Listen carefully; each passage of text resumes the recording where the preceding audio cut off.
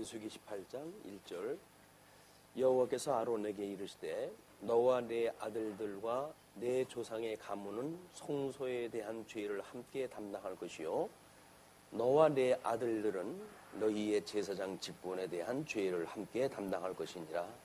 너는 내 형제 레위 지파 곧 내 조상의 지파를 데려다가 너와 함께 있게 하여 너와 내 아들들이 증거의 장막 앞에 있을 때 그들이 너를 돕게 하라. 레위인은 내 직무와 장막의 모든 직무를 지키려니와 성소의 기구와 제단에는 가까이 하지 못하리니 두렵건대 그들과 너희가 죽을까 하노라. 레위인은 너와 합당하여 장막의 모든 일과 회막의 직무를 다할 것이요 다른 사람은 너희에게 가까이 하지 못할 것이니라. 이와 같이 너희는 성소의 직무와 제단의 직무를 다하라. 그리하면 여호와의 진노가 다시는 이스라엘 자손에게 미치지 아니하리라. 보라, 내가 이스라엘 자손 중에서 너희의 형제 레위인을 택하여 내게 돌리고 너희에게 선물을 주어 회막의 일을 하게 하였나니 너와 네 아들들은 제단과 휘장 안에 모든 일에 대하여 제사장의 직분을 지켜 섬기라. 내가 제사장의 직분을 너희에게 선물로 주었은즉 거기 가까이 하는 외인은 죽임을 당할지니라. 오늘 내용은 19장 성결례를 위한 법령으로 제목을 잡아놨습니다. 16장서부터 지금 반역을 통한 시험이거든요. 고라당의 반역이 16장에 소개가 되어졌고, 그래서 17장 이제 그 쌍난 지팡이의 표징으로 아몬드 나무에 열매를 맺게 하는 표징으로 해가지고 하나님께서 각 지파마다 그런 그 언약을 갖다 한 것을 이루어 가시는데, 특별히 레위 지파의 이 아론 지파의 싹이 나게 하심으로 해가지고 구별됐음을 이제 알려준 내용이 소개가 되어졌고, 오늘은 그러기 때문에 레위인의 분기 세대에서 이제 말씀하다 하시는데 18장 1절로부터 7절 제사장과 레위인의 직무를 나름대로 구분을 져가지고 명령을 딱 하십니다. 우리는 물론 이제 이 율법을 행하는 어떤 첨가되어지는 내용이지만 우리 고린도 교회에 막 그런 그 내용을 살필 수가 있을 것 같아요. 지금 이건 광야의 교회죠. 광야의 교회의 시험에 대한 이야기입니다. 그래서 어떻게 하나님께서 그 선민의 세대 교체를 갖다 해가시는가? 시험을 통해 가지고 이제 선민의 세대 교체예요. 선민의 세대 교체.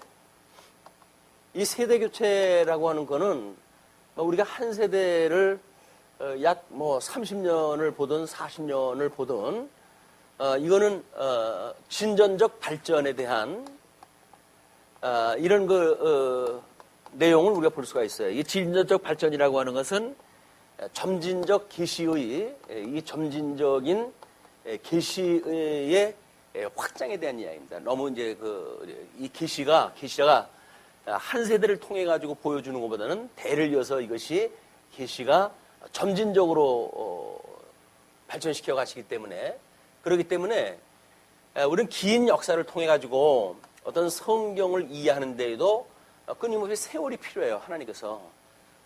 그래서 물론 그 예수 그리스도를 기초로 한 여기에 이제 주님께서 음부의 권세가 무너지지 못하는 교회를 세우신다고 그렇게 이야기했다 했는데, 이 교회라고 하는 것은 이 세대를 지나가면서 이제 하나님의 그 섭리가 더욱 구체화되어지고 어떤 신학도 진전적인 발전을 갖다 해가고 있거든요. 그래서 우리가 복음을 깨달아가지고 완전히 섰다, 이루었다 라고 하는 걸로 해서 오해를 갖다 하는 경우가 많아요. 신앙생활을 하다 보게 되면. 왜냐면 성경 진리를 통해 가지고 우리가 이제 원리적으로 선포가 되어졌기 때문에 이 성경은 성경의 그 진리성은 우리 오전에도 이야기를 했지만 하나님의 그 영감설로 되어져 있고 성령의 감동으로 되어져 있기 때문에 이거는 무호성이 주장이 되어지는 뭐 이런 그 진리체계 아니에요. 근데 이 객관적인 진리가 우리의 믿음으로 화합이 되어진다고 하는 걸 보게 되면 진리라고 하는 것은 어차피 이론과 이제 실제가 있어야 되는 거 아닙니까? 그래서 이제 우리 구약 성경의 이론대로 예수님이 오셨다라고 하는 걸 가지고 성경의 진리성이 확보가 됐어요. 그런데 그 성경의 이론, 이제 이 믿음이라고 하는 것은 성경에 대한 이론과 실질적으로 성도들, 주님의 몸된 교회를 통해 가지고 이 성도들의 의의 열매, 이 실제입니다. 의의 열매. 이걸 가지고, 이 의에 대한 열매를 가지고 우리는 이게 사실로 인정이 되어지는 거거든요. 그래서 진리성, 이 객관적인 진리를 가지고 우리는 마치 이것이 내 것인 양 오해를 갖다 하기가 쉬워요. 믿음이라고 하는 그거는 성경이 그렇게 계시되어 있는 걸 우리가 믿는 거지. 이렇게 되어지는데 이 믿음이라고 하는 것은 믿음의 열매가 나타나는 걸로 해가지고 성경, 우리가 믿는다고 하는 이 객관적인 그 진리, 성경에다가 성도의 주관적, 이건 믿음입니다. 주관적인 열매. 우리가 어떻게 우리들에게 열매를 맺는가. 이런 걸 통해가지고 주님의 몸된 교회뿐만 아니라 성도들의 삶도, 이게 성도의 삶도 이게 진전적으로 발전하다 하는 거거든요. 이걸 무시하게 되면 우리 이제 디모데서 같은데 사도 바울은 나이 어림으로 인하여 업신여기지 말라, 이제 업신여김을 당하지 말라 이렇게 이야기를 해요. 왜냐면 우리가 있는 시간 세계 속에서는 연륜이라고 하는 것이 상당히 중요하지 않습니까? 이 연륜, 우리 뭐 잠언서에서도 젊은이의 그 영광은 힘에 있고 노인의 영광은 백발에 있다고 그렇게 이야기를 하듯이 성도들에게는 끊임없이 이 연륜이라고 하는 것이 이런 점진적으로 우리가 성장이 되어지게 가기 때문에 그렇습니다. 이걸 우리가 뭐 신학적으로 하는 성화라고 이렇게 이야기를 해요. 성화. 그래서 주님의 몸된 교회의 세대 교체라고 하는 것은 이 성화와 뭐가 일맥상통한 내용이에요. 그래서 처음 들어온 자에게 우리가 어떤 교회의 중책을 맡기지 않는 것도 그런 그 이유에서입니다. 만약에 이것이 잘못되어지게 되면 이 교만한 어떤 그 이론 체계를 가지고 성도들의 이 연륜을 무시한다든가 하나님의 경륜을 업신여긴다든가 이런 그 일이 만들어지기 때문에 그러거든요. 그래서 우리가 젊은이들이 가르치는 일을 갖다 할 적에는 더군다나 이 믿음에 대한 훈련을 혹독하게 해야 돼요. 젊은이들이 뭐 신학교 나오면 뭐 20 몇 대쯤 되면은 이미 이제 목사 안수 받고 이제 이런단 말이에요. 그러니까 30대 이전에 어떤 그런 목사가 되어져 가지고 70, 80 장로님들 앞에서 성경을 강론한다고 치고 뭐 자기가 직접 책망을 한다든가 이런 문제는 이게 망발인 거예요. 책망은 하나님의 말씀이 책망이 되도록 해야 되는 거지 자기가 무슨 이 어떤 의의 열매를 갖고 있는 선생이나 되는 양 그런 책망을 또 한다든지 하는 오해가 있게 되어지기 때문에 그렇습니다. 물론 나이 먹은 분들도 마찬가지죠. 하나님께서 이루어간다고 하는 하나님의 어떠한 분인가에 대한 하나님의 소개가 되어져야 되는데 하나님 영광 선포를 위해서 성경이 기록되어졌으니까 강론자는 끊임없이 하나님이 어떠한 분인가 소개가 돼야 되거든요. 아 그렇구나, 내가 믿고 있는 하나님이 저런 분이로구나 라고 하는 것이 믿어지고 그 믿음으로 해가지고 성도들의 삶이 이제 단단하게 만들어져 가는 거기 때문에 끊임없이 하나님이 어떠한 분인가가 소개되어지는 것이 메시지에 전달되어 있단 말이에요. 이건 뭐 그걸 가지고 뭐 원어가 어떻고 저쩌고 해가지고 성도들이 이래야 된다 저래야 된다라고 하는 이런 당위를 주장하게 되어지면 성도들의 삶은 이 당위에 있는 것이 아니잖아요. 이건 어디까지나 열매지 이런 당위에 있는 게 아니다. 그런데 보통 세상에서의 윤리라고 하는 건 당위 때문에 그러는 거 아닙니까? 마땅히 그래야 되기 때문에 뭐 교회 생활은 어떻게 해야 되고 신앙 생활은 어떻게 되고 뭐 부모에게는 어떻게 해야 되고 하는 것이 전부 당위 때문에 만들어진 일이란 말이에요. 이건 성경에는 당일을 위하여 만들어지는 일들이 아니라 하나님께서 친히 이 진리가 진리되게 하시기 위해서 온전케 하셨던 우리 아담을 만드셨을 때 하나님께서 이제 온전한 하나님의 형상을 따라서 지음을 받게 하셨거든요. 그런데 이 아담이 이제 양대 언약을 상실하고 그래서 이 상실을 한 이런 그 이유 때문에 하나님께서 둘째 아담을 보내주시는 거예요. 이 둘째 아담은 하나님이 직접 오시는 겁니다. 이게 둘째 아담으로 해가지고. 그래서 이 둘째 아담이 이 온전한 형상을 가지고 오신 분이고 그렇기 때문에 이분께서 모든 성도들에게 형상으로 하여금 온전케 해가는 겁니다. 온전케. 이것이 예수님이 기초가 되어져 가지고 당신의 모양처럼 이게 완성이 되어지는 거예요. 이게. 그러니까 이게 주제는 같아야 되는 겁니다. 우리가 복음서의 주제와 서신서의 주제가 같아야 되는 것이지 이런 그 이유에 있다. 주제는 여기서는 뭐 네 가지의 기독론적인 주제를 가지고 이 교회에 대한 거는 뭐 양용부장 투쟁 승이라고 하는 형식 논리를 가지고 이게 안 돼요. 나름대로 어떤 주제가 같이 해가지고 어떻게 주님의 몸된 성도로 하여금 온전케 해가시는가를 우리가 선포를 해야죠. 이게 하나님의 영광이에요. 예, 의의 열매를 통해 가지고 이 의의 열매는 결국 하나님께서 맺게 해주신 거기 때문에 성도에게 나타나는 의의 열매를 통해 가지고 하나님의 영광이 드러나는 겁니다. 그걸 우리가 말씀 운동이라고 이야기를 했어요.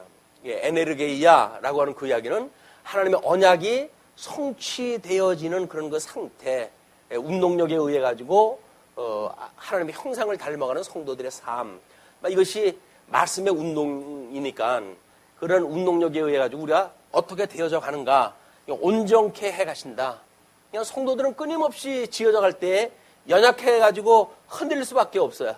이 세대 교체가 끊임없이 이제 시험 중에 이것이 가능한 일인데 이 시험이라고 하는 그 이야기는 뭐 넘어질 수밖에 없는 그런 상황이에요. 그래서 우리가 주기도를 갖다 할 때 끊임없이 우리 시험에 들게 하지 마시옵고 이렇게 이야기했다 합니다. 시험에 들게 하지 마시옵고.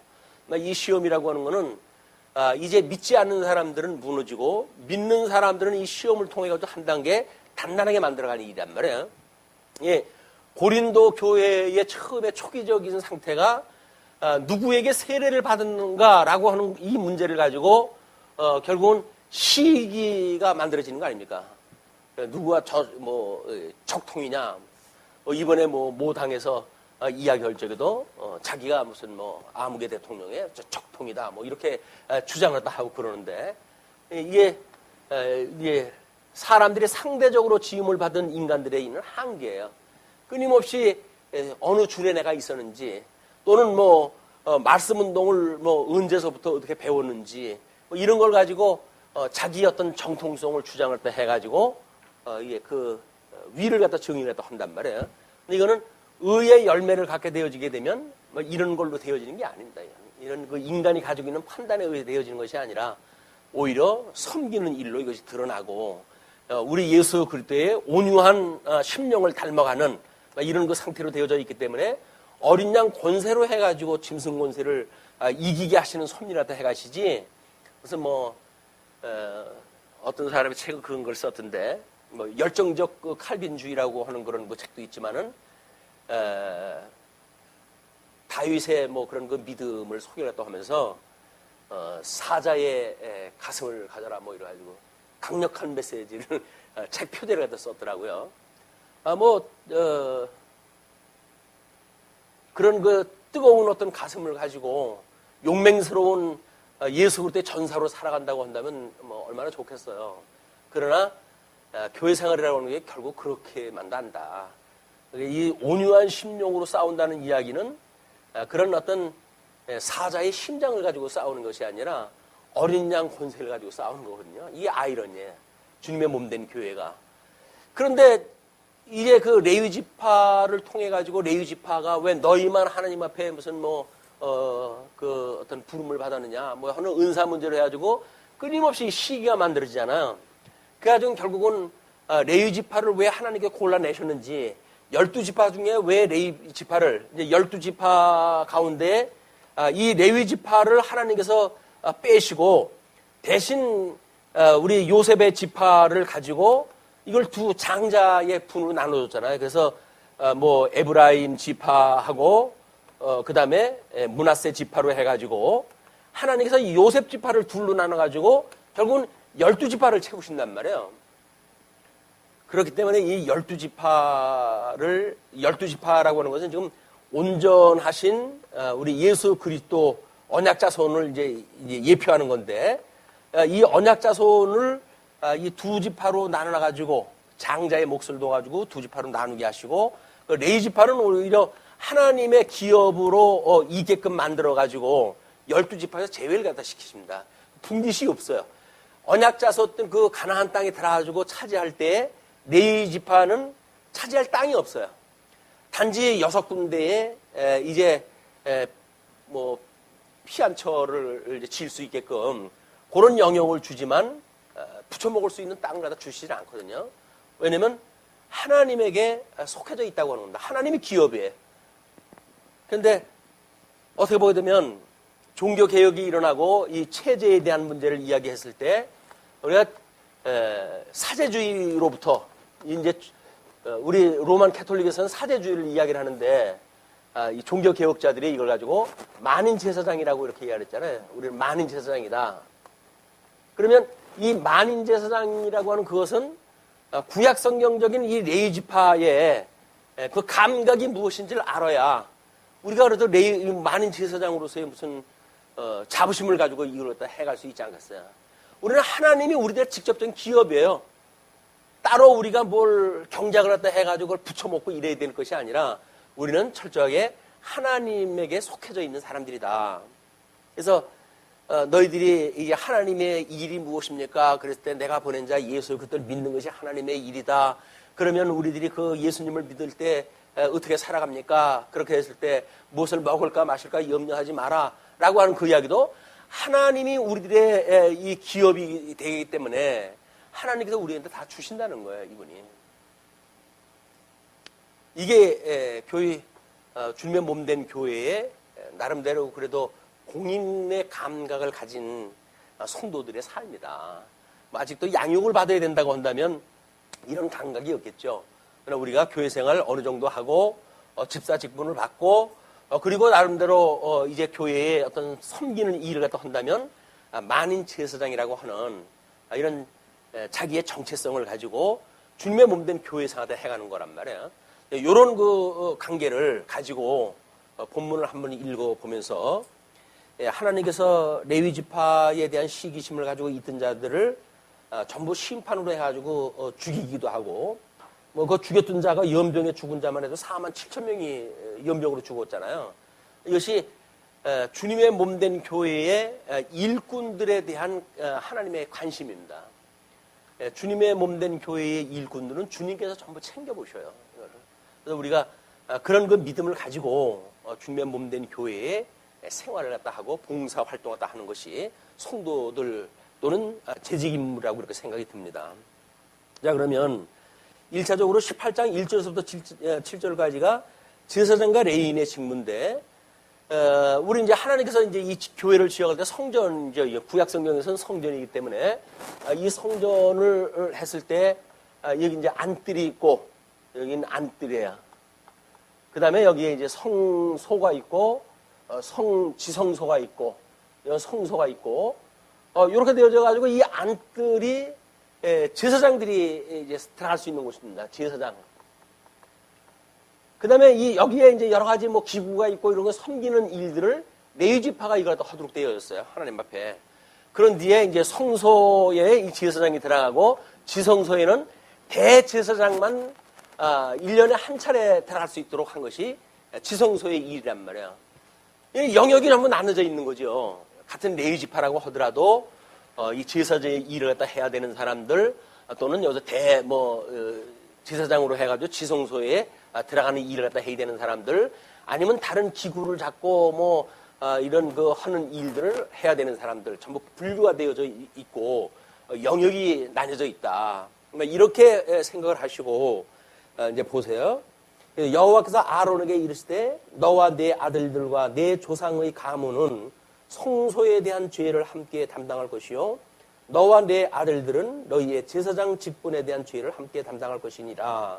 그래서 너는 내 형제 레위 지파 곧 내 조상의 지파를 데려다가 너와 함께 있게 하여 너와 내 아들들이 증거의 장막 앞에 있을 때 그들이 너를 돕게 하라. 장막 앞에 있을 때 돕게 하라는 거예요. 그런 뒤에 레위인은 내 직무와 장막의 모든 직무를 지키려니와 그 직무는 하되 성소의 기구와 이 성소에 들어가 가지고 있는 성소의 기구와 제단에는 가까이 하지 못하리니 두렵건대 그들과 너희가 죽을까 하노라. 그래서 자기의 어떤 주어진 일을 지나가지고 하는 일은 하나님께서 심하게 죽이시는 일까지 가기 때문에 너희가 죽을까 하노라. 그런 그 이야기예요. 그래서 레위인은 너와 합동하여 장막의 모든 일과 회막의 직무를 다 할 것이요. 장막의 그런 그 일들 필요한 그 회막의 직무 이런 것을 다 할 것이고 다른 사람은 너희에게 가까이 하지 못할 것이니라. 레위인만이 가까이에서 그 일을 도와주라는 그 이야기예요. 이와 같이 너희는 성소의 직무와 제단의 직무를 다 하라. 그리하면 여호와의 진노가 다시는 이스라엘 자손에게 미치지 아니하라. 이게 이제 우리가 땅에서 매이면 하늘에서도 매이고 땅에서 풀면 하늘에서 풀린다라고 하는 예수님의 그런 그 교훈인 거예요. 제사장이라고 하는 철저하게 중재죠, 이 중재. 하나님과 인간이 지금 죄 때문에 이 관계가 무너져 있기 때문에 이걸 무엇인가 대속을 갖다 이제 필요한데 그 대속이 이 제사라고 하는 이런 문제를 가지고 하나님 앞에 제물을 드려서 하나님 앞에 이 원수되어졌던 관계가 회복되어지는 것. 이게 제사의 행위로 이루어지는 일이란 말이에요. 실체적으로는 예수 그리스도가 이 일을 갖다 하시죠. 중보자로서. 그런데 너와 내 아들들은 제단과 휘장 안의 모든 이 일에 대하여 제사장의 직분을 지켜 섬기라. 그래서 그 제단과 휘장 안에 모든 일들 이런 거는 제사장급들의 일에다 하도록 되어져 있고 그 다음에 제사장 직분을 너에게 선물로 주었은즉 거기 가까이 하는 외인은 죽임을 당할지니라. 그래서 하나님께 특별히 주신 성역이에요. 성역. 그러니까 우리가 주님의 몸된 교회라고 하는 건 적어도 뭐 어중이 떠중이가 와가지고 이걸 해가는 데가 아닙니다. 뭐 작은 사건들이 마케팅 전략에 의해 가지고 뭐 길목 좋은 데다가 예배당을 짓고 사람들을 불러 모으고 오늘 우리가 이 11조 찬송을 불렀잖아요. 그런 이야기가 11조를 갖다 걷어들여 가지고 무슨 뭐 이런 어떤 사업적 성공을 갖다 꾀하는 곳이 교회가 아니란 말이에요. 그런데 이런 그 교회에 대한 오해가 이런 어떤 온유한 심령으로 되어지는 것이 아니라 사자의 심장을 가지고 해가는 이런 그 일로 나타날 때 여기는 맘모니즘화 되어진다는 겁니다. 이 맘모니즘이라고 하는 것이 뭔가 대형화되어지고 그래서 짐승권세가 이제 어떤 운영하는 방식이 이것이 이루어진다는 거예요. 그게 주님의 몸된 교회가 대형화되어진다는 것은 좋은 게 아닙니다.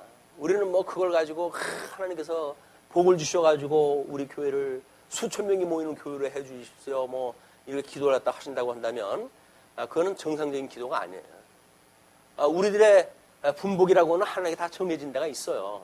그건 다만 하나님의 영광을 우리한테 알려주셨고 하나님의 기업으로 우리를 삼으셨기 때문에 마땅히 하나님을 증거하는 일을 갖다 한 것이 우리의 사역이지 우리들의 면을 세우는 게 아니잖아요. 근데 목사님들은 왜 교회에 이런 대형화에 관심을 가질까요? 보통은 동창생들이 만나면 그러거든요. 아유, 아무개 목사 이번에 교회가 봤더니 교회 꽤 커졌대.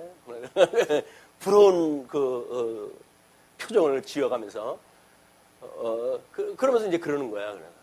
교회가 이번에 몇천 평이래. 그래요. 그러면 그 사람이 그 교회를 섬기시는 하나님은 온데간 데가 없고 어떤 목사가 그 일을 다 했느냐가 이제 드러나는 거 아니에요.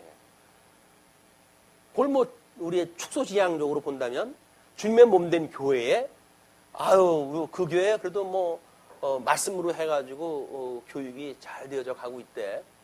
이렇게 되어지게 되면 목사만 크로즈업이 되어질 거예요. 이게. 그러니까 우리가 어떤 제도라고 하는 그것이 하나님의 이런 체제를 통해서 이루어지는 일인데, 체제라고 하는 것은 은사의 실현 아닙니까? 이게 이제 은사의 실현. 이 은사의 실현이라고 하는 그 이야기는 이건 어떤 한 사람에 의해서 이게 되어지는 게 아니에요. 주님의 몸된 교회, 우리가 언약자손을 12지파를 가지고 언약자손을 갖다 삼듯이 주님의 몸된 교회는 모든 구성원들에 의해서 만들어져 가는 겁니다. 좀 역할이 있어요, 그분들이. 그 역할들을 존중을 갖다 해줘야 그분도 보람을 가지고 일을 갖다 하지. 무슨 목사가 무슨 어디 그 기업 회장이나 되는 것처럼 수장 노릇을 해가지고 뭐 일 전부 나눠가지고 띄워주고 나중에 평가해가지고 시험 보고 그래가지고 안 되면 뭐 쫑코 주고 이런 거는 주식회사에서 하는 일이에요. 주식회사에서. 우리 이제 목양회가 이제 뭐 지금 목사님들이 없고 전도사님들이 없으니까 그런데 목양회에 한 20명 정도 모인다고 치십시오. 거기 그걸 무슨 목사라 그래요? 위인 목사 정도 되면 대단한 거예요. 수장이니까. 20명 중에 수장 아니에요. 그 20명 어떻게 역할을 갖다 이제 회의를 갖다 해가지고 나눌 겁니까?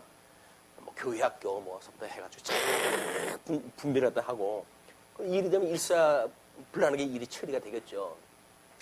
구역별로 해가지고 목사들도 전부 나눠줘가지고 구역 보고를 또 할 거 아니겠어요? 이번에 구역에 뭐 몇 식구가 늘었는지 늘지 않았는지 뭐 이런 게 전부 비교돼가지고 검토가 되어지니까 이번에 어느 목사님 지역에는 오히려 성도님이 줄었네요.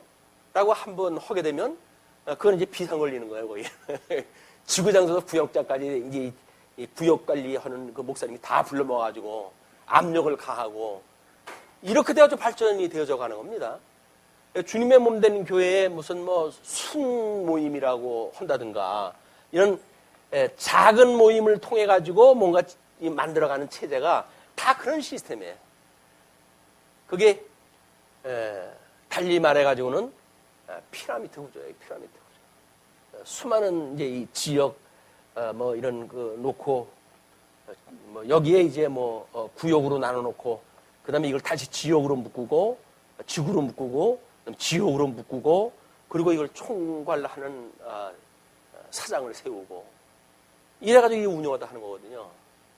근데 이 순모임은 몇 명이 안 모이기 때문에 이 사람들 가려는 게 제일 좋아요. 이걸 집중적으로 만약에 뭐 좀 대중화가 되어지면 안 됩니다. 말빨도 안 맥혀요. 근데 몇 명 데리고 하게 되면 이거 되거든요. 그러니까 이제 순장 교육을 갖다 시켜야죠. 순장 교육을 시켜가지고 전도를 갖다 할 적에는 어떻게 하고 아파트 그냥 열고 그냥 뭐 신사적으로 해가지고는 문도 안 열어준다. 그래가지고 이제 뭐 어떻게 하면은 문을 열어주는지 문을 여는 집안에는 어떻게 발을 한번 디딜고 문을 닫지 못하게 한다든지 이런 전략을 좀 짜는 거예요. 아니 이것이 지금 뭐 우리 신천지라고 하는 데에서 하는 전략도 마찬가지예요. 전략이 이 사람들은 하는 전략도 마찬가지입니다. 그래도 뭐 어느 교회 조그만 교회의 목사님이 지나가게 되면 거기서 우연찮게 뭐 이제 등록을 갖다 했던 사람이 다른 사람을 소개를 갖다 하고 이렇게 해가지고는 작은 교회에 마음 먹고 만약에 한 11명이 집단적으로 들어와가지고 휘젓기 시작을 하게 되면 잠깐 셉니다. 뭐 다른 사람들이 뭘 합니까? 그냥 섬기고 봉사하고 그냥 그렇게 하는데 이 사람들은 산전수전 겪은 사람들이고 집중적으로 교육받았던 사람들 아니에요. 이런 사람들이 교회에 들어와가지고 뭐 이의 있습니다. 뭐 그래가지고 회의 한번 깨트는 거 잠깐이에요. 그래놓고 자기네들 패턴대로 끌고 가는 거 잠깐이죠. 그리고 목사에 대해 불만 일으키는 거 잠깐이에요. 그래놓으면 목사 쫓아내야 돼요. 저 목사 뭔가 싹군인 같다. 그럼 어디서 목사를 갖다가 우리 모시고 보냐. 내가 소개하마. 그 지네 본산에서 이게 지도자를 데리고 오는 거야. 이게 신천지 목사인지를 누가 합니까? 와가지고는 완전히 그 뭐 몇 년 걸려가지고 만들었던 작은 그 교회 턱까지 몽땅 다 뺏기는 거야. 말씀으로 우리가 되질 않으면 아니 뭐 이런 걸로 되어지는 거 아니에요? 동네에 대형 그 뭐 회사에서 집중적인 대형 뭐 슈퍼마켓 같은 거 들어오게 되면 골목 장사 금방 망가지죠. 이게 전부 그런 제도라니까요. 이게 세상에서 허든 일하고 똑같은 거예요, 이게. 이런 것들을 우리가 순전히 하나님의 말씀으로 이루어진다고 하는, 또 내가 어떻게 부름을 받았고 나의 정체성이 무엇이고 내가 해야 되는 그 임무가 무엇인지 이걸 깨닫고 주님 앞에 기도해가면서 하는 이런 그 주님의 몸된 교회와 이렇게 모여가지고 뭔가 마케팅 전략을 다 하는 것하고는 구별도 잘 안 돼요, 사실은. 우리의 마음을 흔들게 제일 좋은 겁니다. 어떻게 보면 좀 성도가 많은 게 좋잖아요. 어디 가서 누구한테 뭐 질문을 받으면 어떡하실래요? 그래, 교회 뭐 몇 년 됐죠? 예, 그렇죠. 몇 명이나 지금 모여요? 라고 그랬을 때 뭐라고 대답을 하셔요? 왠지 체면이 구겨지는 것 같잖아. 그래가지고 뻥을 치자니 이게 예수 믿는 사람 이게 체면도 안 쓰고, 솔직히 말하자니 이게 미연이 안 쓰고, 이런 그 지경에 우리가 있단 말이에요. 어떤 숫자, 형상화에 우리가 이 노예가 되어진 거예요. 하나님의 형상이 아니라 인간이 가지고 있는 짐승 형상, 이거에 우리가 매우게 되어지게 되면 이게 숫자에 아주 취약합니다. 우리가 숫자에. 목사들한테 더 그러겠죠. 뭐 교회가 몇 평이냐 뭐 이렇게 이야기 되면 내 건물도 아닌데 몇 평이냐를 보면 헐 얘기가 없잖아요. 그리고 이번에 뭐 어떤 분이 장로를 갖다 세우는데 뭐 몇 천만 원짜리 차를 갖다가 뭐 뭐라 그래, 그걸 헌납이라나 뭐라 그래. 그러니까 그걸 갖다가 했다고. 그래요. 그런데 근데 그 목사님이 하나님 앞에 기도하고는 하나님 받지 말랬다고 안 받았대네요. 그런 목사님도 계셔요. 이제 그럴 거 아니겠어요? 대신 건축연부로 내랬대요. 그 이야기는 숫자 낸 돈은 사실 변함이 없어요.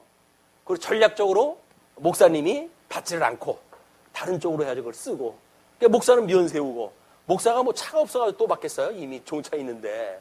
그냥 그런 식으로 해가지고 얼마든지 사람들을 장난을 갖다 치는 거예요.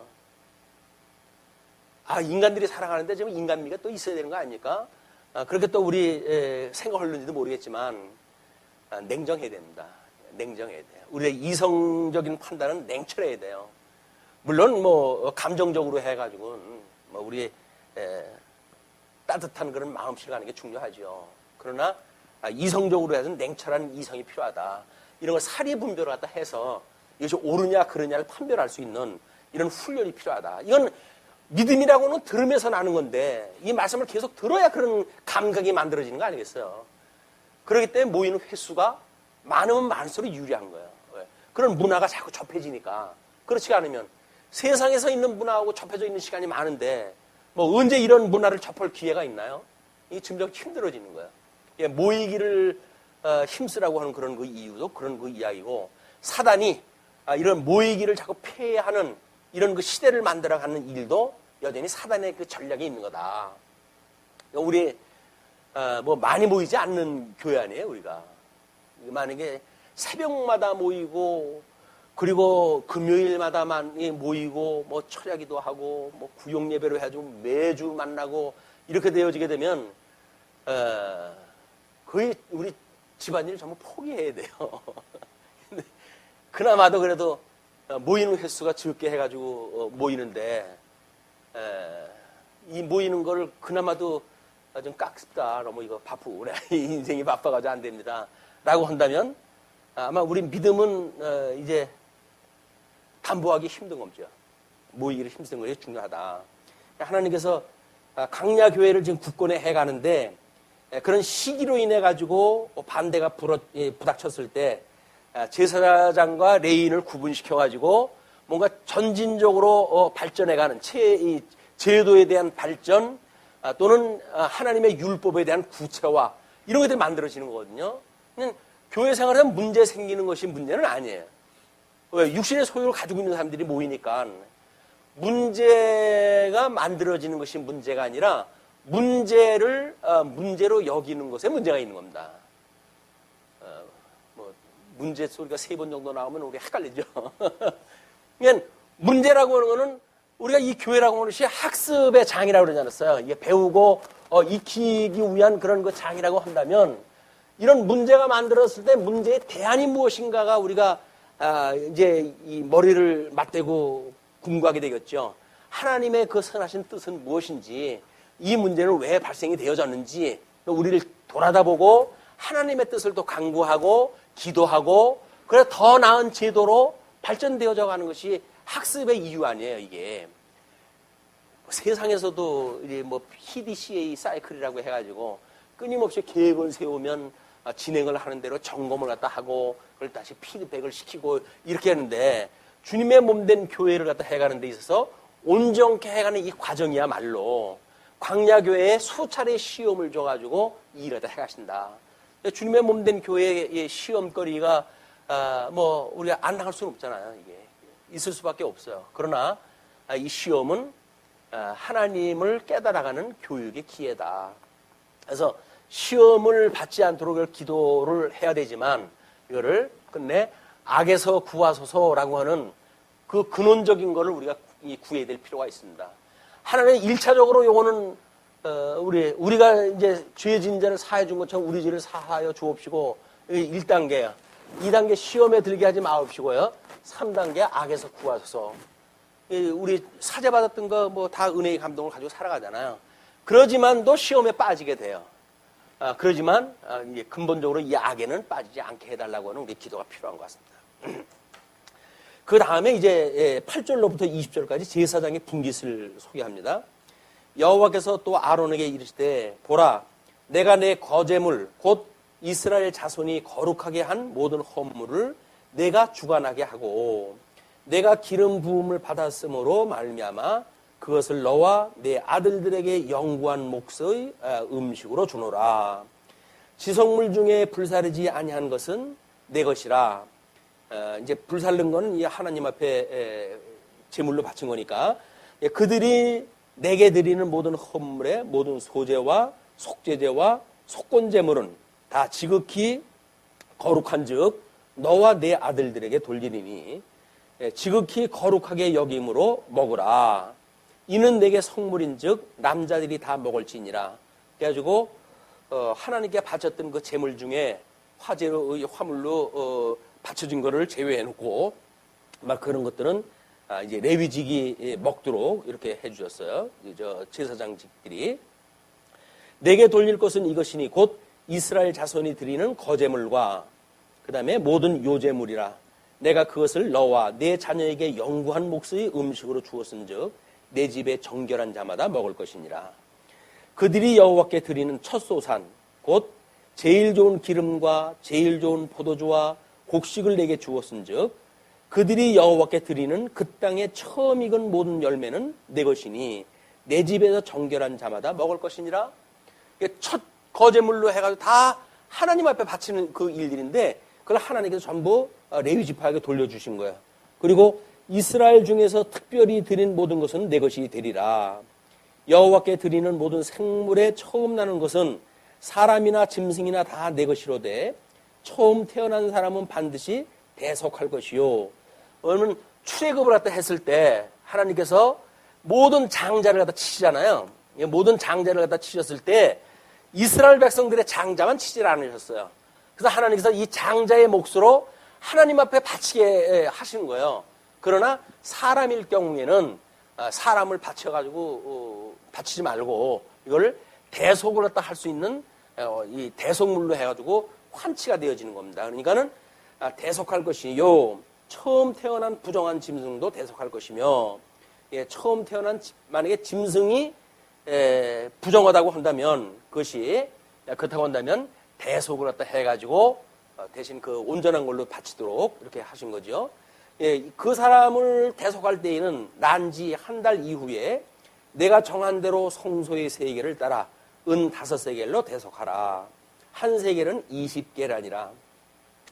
오직 처음 태어난 소나 처음 태어난 양이나 처음 태어난 염소는 대속하지 말지니 그것들은 거룩한즉 그 피는 제단에 뿌리고 그 기름을 불살라 여호와께 향기로운 화제로 드릴 것이며 그 고기는 내게 돌릴지니 흔든 가슴과 오른쪽 넓적 다리 같이 내게 돌릴 것이니라. 이스라엘 자손이 여호와께 거제로 드리는 모든 성물은 내가 영구한 목소리 음식으로 너와 네 자녀에게 주노니 이는 여호와 앞에 너와 네 후손에게 영원한 소금 언약이니라. 소금 언약에 변치 않은 언약으로 레위 지파에게 준 겁니다. 그래서 여호와께서 또 아론에게 이르시되 너는 이스라엘 자손의 땅에 기업도 없겠고 그들 중에 아무것도 분깃이 없을 것이나 내가 이스라엘 중에 내 분깃이요 내 기업이니라. 레위 지파는 정말 하나님을 기업으로 삼고 사는 사람들이에요. 하나님께서 붙들어 주시지 않으면 살 수가 없는 사람들이죠. 요게 레위 지파가 특별히 부르심을 받았던 레위 지파의 그런 성격입니다. 여기서 이제 처음 나는 성물들을 하나님 앞에 바치라고 이야기를 하니까 보통 우리는 뭐 옛날 교회는 대부분 이제 농경 사회에서의 이제 교회고 그러니까 첫 소득물을 갖다 전부 하나님 앞에 드리라고 그랬으니까 첫 소득물 전부 교회로 가져오는 거예요. 뭐 교회 누가 먹어요? 목사가 먹으라고 아니겠어요? 차고 넘치는 거야. 차고 넘쳐. 근데 우리 초대교회 때 목사님들에 대한 그 관리하는 방식을 보게 되면 먼저 번에도 한번 소개를 해드렸지만 장로님들이 돌아봅니다. 장로님들이. 이 장로 옛날에는 농경사회는 보통 남자들이 모든 살림을 다 했잖아요. 그리고 곡관에다 넣어놓으면 곡관 열쇠를 가지고 있는 이 안사람이 이 안살림을 갖다 했지만 바깥에서 이 곡관까지 끌고 들어오는 일은 바깥 사람이 했단 말이에요. 이 일을. 그러니까 장로님들이 집안 살림을 돌아보듯이 이제 그 교회에 뭐 사택도 있고 그러니까 목사님이 돌아보는 거예요. 장로님이 돌아보는 거예요. 장로님이. 그래서 말씀을 증거하는 목사가 제대로 먹고 있는지 뭐 어디 제대로 따뜻한 데서 잠을 자는지 이런 걸 전부 돌아다 보고 하는 일을 장로가 보살피는 이제 일을 다 해왔거든요. 이것이 장로님들의 덕성 문제로 이게 나오는 거야. 그래. 이 장로는 부지런한 사람들이 합니다. 게으른 사람들이 그거 못해요. 저같처럼 게으른 사람은 장로 못해요. 그냥 말씀 연구하니까 앉아가지고 이 말씀이나 연구하지 이렇게 돌아다니면서 뭐 보살피고 이런 걸 못하니까. 장로님들의 이게 덕성 문제예요. 이 장로님들이 그걸 돌아봐가지고 이제 해야 되는 일이니까 이게 뭐 장로님들이 그 받아들이는 걸로 가지고 없는 사람들에게 구제를 갖다 한다든가 뭐 이런 그 일과 해야 되지 않겠어요. 근데 목사가 제사장이라나 어쩌나 그렇다고 해가지고 그거를 전부 목사 목소리 하죠. 목사가 그 일을 다 해버리니까 장로님들은 아무것도 할 수가 없는 거야. 할 게 없어요. 목사가 나오는데 뭐. 이 장로님들이 그런 그 보살피는 일들, 그래서 신방에 대한 기본적인 건 장로님들이 해야 됩니다. 장로님들. 뭐 그 장로님들의 그 하시는 일에 성도를 위해 가지고 뭐 아픈 사람이 있으면 기도도 해주시고 그렇게 장로님들도 뭐 해야 되거든요. 이거를 장로님들이 이제 바쁘니까 현대 사회에서는 바쁘니까 전부 목사가 이 일을 다 하는 거예요. 목사가 이 일을 갖다 했는데 목사 뭐 위임 목사 되어지게 되면 뭐 성도 많고 그런데도 다 합니까? 그러니까는 뭐 부목사라고 하는 거는 사실은 있을 수 없는 거 아니에요? 목사가 뭐 부자 맞는 이 부자가 붙는 목사가 어디 있어요? 목사면 목사지. 그런데 부목사라고 하는 이름으로 해가지고 장로가 하는 역할을 이분들이 다 하는 거예요. 그럼 결국 누가 장악을 하는 거예요? 목사님이 장악을 다 하는 거죠. 장로님들은 그냥 시킨 대로 하면 돼요. 그냥 연보하고 돈 벌어 연보나 하고 이 장로님들이 힘이 쓸 수가 없어요. 목사님들이 전부 잡아가지고 이거를 우리가 알고 있어야 만약에 목사가 이런 의도를 가지고 뭐 전도서가 필요 없다 뭐 어쩐다 이렇게 되면 목사님 지금 우리 형편에 그렇게 안 되지 않아요? 라고 해가지고 무슨 이의도 제기가 되어지고 견제가 돼야 되는데 이 장로님들 그럴 수 있는 힘이 없다니까요. 이번에 장로고시 보면서 면접을 봤어요. 마지막 시간에 면접 시간에 제가 그랬죠. 나는 어떤 장로님이 되고 싶다. 이야기 한번 해보시죠. 뭐 청산유수로 해가지고 이제 이야기를 하시잖아요. 근데 제가 바라기는 목사님을 섬기는 장로가 아니라 성도를 섬기는 장로가 됐으면 좋겠다. 목사에게는 적당하게 견제를 하고 그리고 성도는 끔찍이 여겨가지고 섬기고 이렇게 하시는 것이 장로님들이 하신다 그랬더니 다른 목사님들이 견제라니 보살펴도 모자라 이렇게 섬기도 모자랄 판인데 그래가지고 눈을 갖다 흘기는 눈 돌아가는 소리가 들리더라고요 옆에서. 그래가지고 뭐 견제도 좋지만 뭐 다른 분이 설명하다 하면서 뭐 근데 장로는 목사를 견제를 갖다 해야 돼요. 왜? 장로는 교인의 대표 아닙니까? 이 교인의 대표. 교인의 선출해가지고 이분이 되어진 건데 근데 목사 눈치 봐가지고 하면 되겠어요? 목사는 대신 노예에서 파송이 되어졌기 때문에 교회의 대표 아니에요. 예, 교회의 대표인 목사, 그 다음에 교인의 대표인 장로, 이분들이 모여가지고 소위 당회를 꾸리는 거예요, 당회. 이것이, 우리, 이제, 삼심제에 의해 가지고 당회에서 만약에 의결이 안 된다든지 뭐 이렇게 되면 이것이 노회도 되어지고 노회에서 대회, 대회에서 총회, 이런 거 구성으로 되어져 있는 거거든요. 이게 구조가. 그러니까 이게 제1심, 우리가 어떤 심판권이 몰리게 되면 제1심이에요, 당회가. 장로님들하고 이 목사님들하고 모여가지고, 이제 어떻게 이 성도를 바르게 잡을 것인가라고 하는 문제를 교회법이라든가 또는 교회 뭐 정관이라든가 이런 걸 통해가지고, 뭐 성도님, 이런 교회의 우리 질서를 위해서, 뭐 어떻게 되겠느냐라고는 권면을 장로님들이 신방을 앞서다 하면서 해야 될 거 아니겠어요? 장로님이 권면한다고 갔는데, 뭐 내가 교회 생활하는데 뭐 당신이 뭐야? 라고 하는 게 하게 되면 뭐라 그럴 거예요? 뭐 법적인 뭐가 있어요? 뭐 어떻게. 할 수 없이, 성도님, 왜 그런 말씀을 또 하세요? 왜 그러긴 뭘 왜 그래? 네가 뭔데 나한테 그러는 거야? 라고는 이걸 힘을 쓸 수가 없어요. 물론 거꾸로 장로가 막 나가자고 하더라도 성도들이 어떻게 할 수가 없죠. 그런데 이 장로님들이 교인들의 그렇게 했을 때는 신방을 갖다 하고 그 사람들을 교회에다가도 보고를 갖다 하고 그럼 교회에서 그분들을 불러가지고 장로님이 뭐 몇 번 가서 말씀을 갖다 했는데 안 듣는다. 그럼 교회가 그분을 이걸 권면하다 해야 되는 거야. 그런데 교회도 우습게 여기네. 이 교회 아니면 없어? 만약에 그러면 당에서 해가지고 그걸 출교를 시켜야 돼. 다른 교회로 출고를 시켜버려야 돼. 출고시키게 되면 또 이제 뭐 노발돼 버려져. 이놈들이 성도 내쫓았다고 난리를 치면 어떻게 해야 돼요? 우리 노회가 있으니까 노회에다가 상소를 갖다 하라고. 그럼 상소가 되어지면 여기서 이제 2심이 진행이 되어지는 거야. 이렇게 해가지고 질서를 잡아가는 일이거든요. 우리 어떤 헌법 법통 목사님이 특강을 갖다 하는데 근데 30대까지 가가지고 억울한 일이 만들어지면 어떡합니까? 라고 물어봤더니 그거는 하나님의 뜻으로 받아들여야 됩니다. 1심, 2심, 3심 가는데 다 그놈들이야. 그래가지고 30대까지 억울한 것이 풀리질 않았어. 그럼 어떻게 해야 돼요? 3심이 끝인데.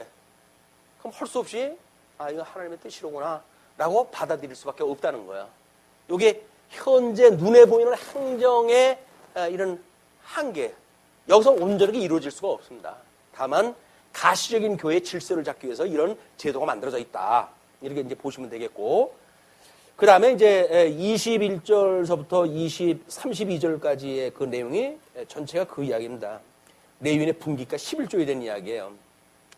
내가 이스라엘의 11조를 레위 자손에게 기업으로 다 주어서 그들이 하는 일, 곧 회막에서 하는 일을 갚나니, 그러면 11조가 세 가지가 있다고 그랬어요. 11조가. 일단, 제의를 위해 가지고, 레위 지파를 위해서 내는 11조가 있고, 또는, 과부와 고아와 나그네를 위해 가지고 내는 11조가 있고, 또 하나의 11조는 뭡니까?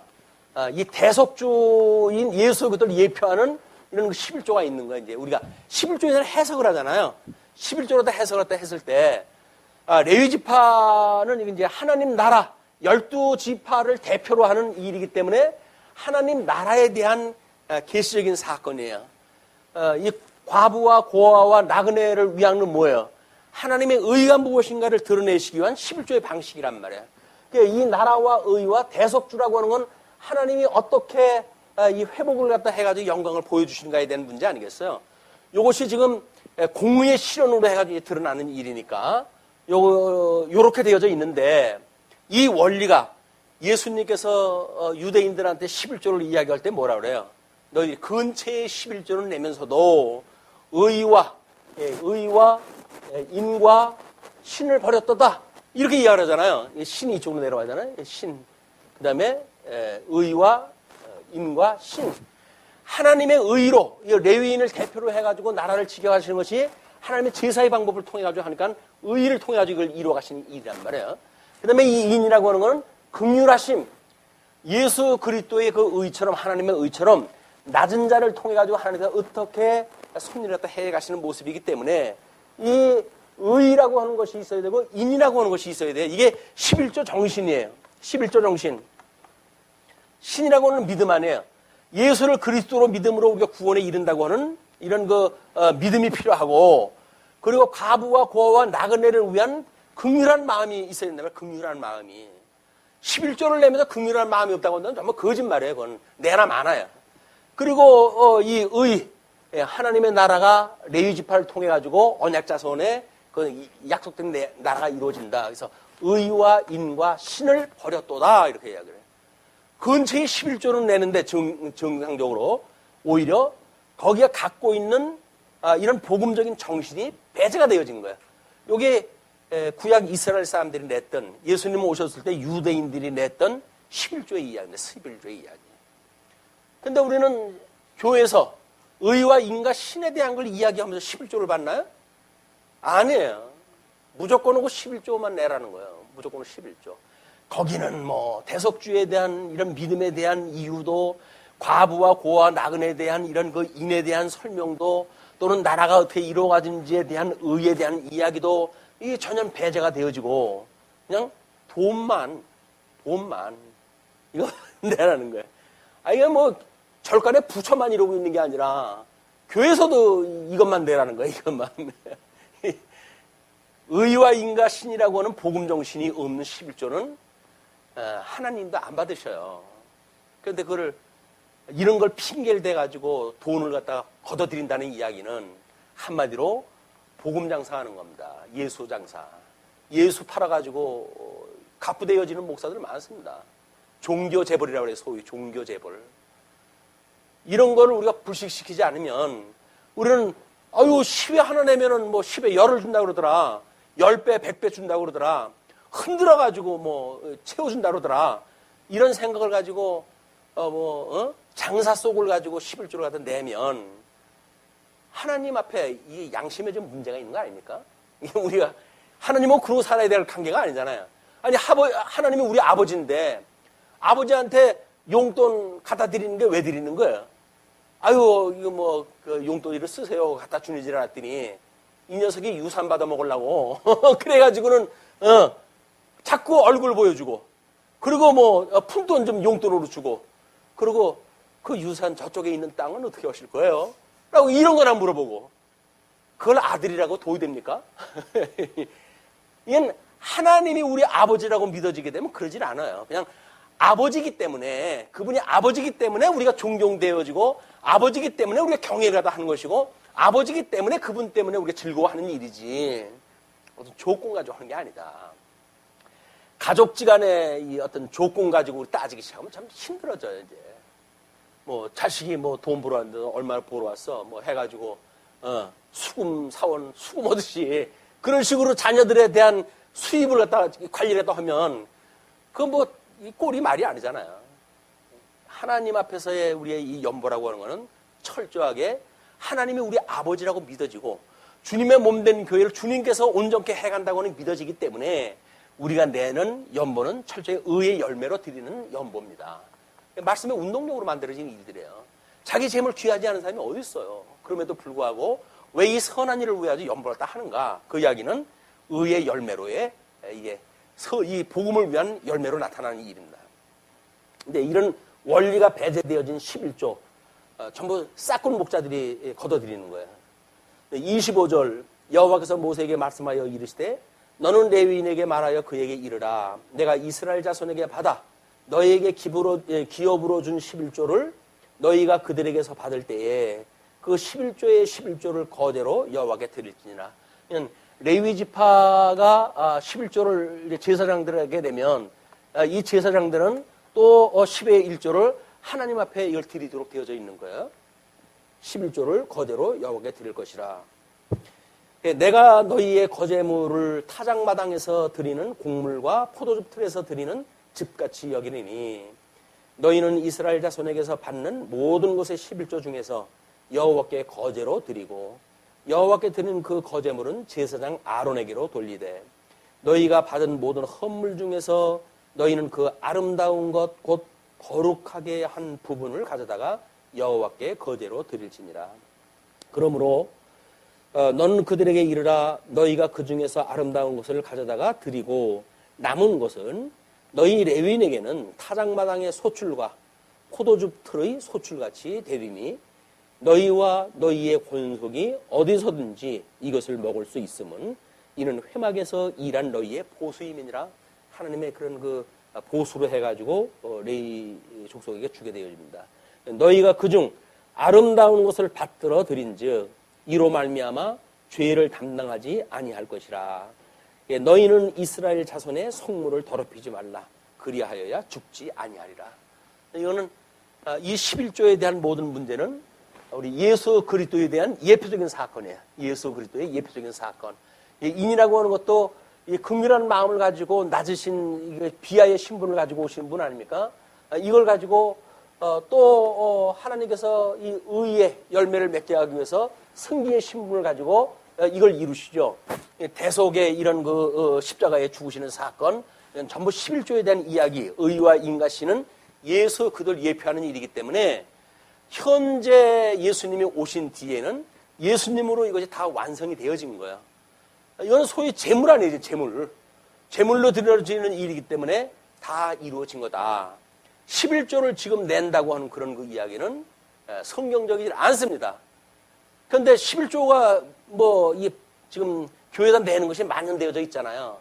그래서 제법 좀 복음적인 목사님들도 그걸 마다하지는 아니하고 원칙적으로는 예수님의 대속 사건으로 이루어진 거다. 그러나 주님의 몸된 교회의 연보의 정신을 가지고 딱이 10의 일이 아니라 할지라도 그렇게 넉넉한 마음으로 교회를 사랑하는 마음으로 내어지는 것은 거절하지 않겠다.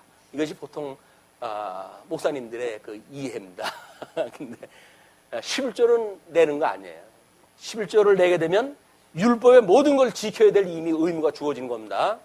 근데 이거는 구약성경으로 끝났어요. 끝났는데 예수님이 그런 말씀을 하잖아요. 이것도 행하고 저것도 행하여 되리라 라고 이야기 했으니까 봐라, 예수님도 11조도 내고 또 이제 그렇지 않은 것도 하고 그러라고 그랬는데 왜 다 이루어졌다고 해야죠 이걸 배제시키느냐라고 이야기하는데 그건 그런 그 이야기가 아니에요 지금. 그래서 말라기에서 이야기했던 11조의 문제는 말라기 이제 그들이 유수에서 돌아와 가지고 회복에 참여해 가지고 생활을 했다 하는데 엉망진창하네 나라 꼴이. 그러니까는 사람들이 자꾸 도망을 가버리고 이제 다른 데로 비우는 거예요. 그 레위인들에게 이 재물을 11조를 줘야 이 사람들이 와서 제사를 드리는 행위를 계속할 거 아닙니까? 지네도 먹을 게 없다고 해가지고 이 11조를 안 내네?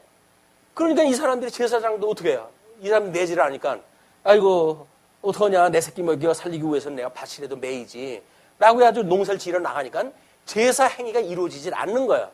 그러니까는 선지자를 통해 가지고 너희 11조를 내봐라. 이걸 시험을 갖다 해봐라. 그냥 시험을 갖다 해봐라. 11조를 내면 너희들이 하늘에 복을 주어가지고 이런 그 제사 행위가 온전하게 되어지니까 온전한 회복이 이루어진다고 하는 그런 이야기를 하는 거거든요.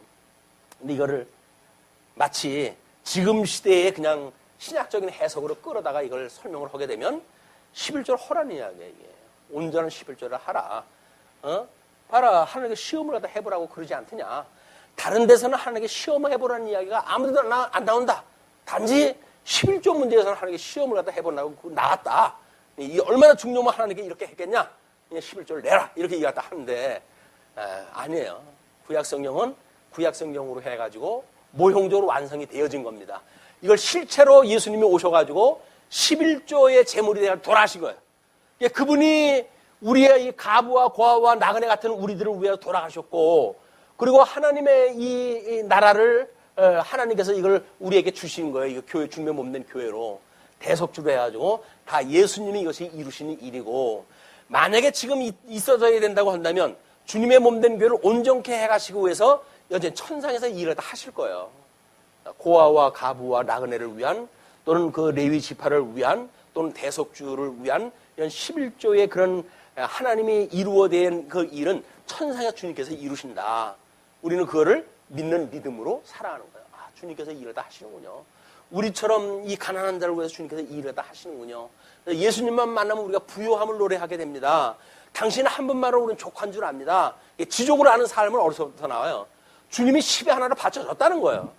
나머지 10의 9은 10의 하나가 대표로 해가지고 우리는 끝났다니까요. 우리는 10이에요. 10의 하나는 예수님에 해당되는 일이고, 예수님이 다 이루었다고 한다면 우리는 10의 9인데 뭐 우리까지 또 11조를 내라고 그래요. 그럼 10의 열을 다 바치는 이야기 아닙니까? 그게 아니다. 10의 하나는 예수 그리스도를 예표하는 사건이기 때문에 예수님이 온전히 이루셨고, 우리는 10의 9으로 우리 예수님이 11조로 바쳐졌다고 하는 걸 믿고 그 믿음으로 거룩에 이루게 참여되어져 가는 것이다. 평안한 연보 생활을 하시기 바랍니다.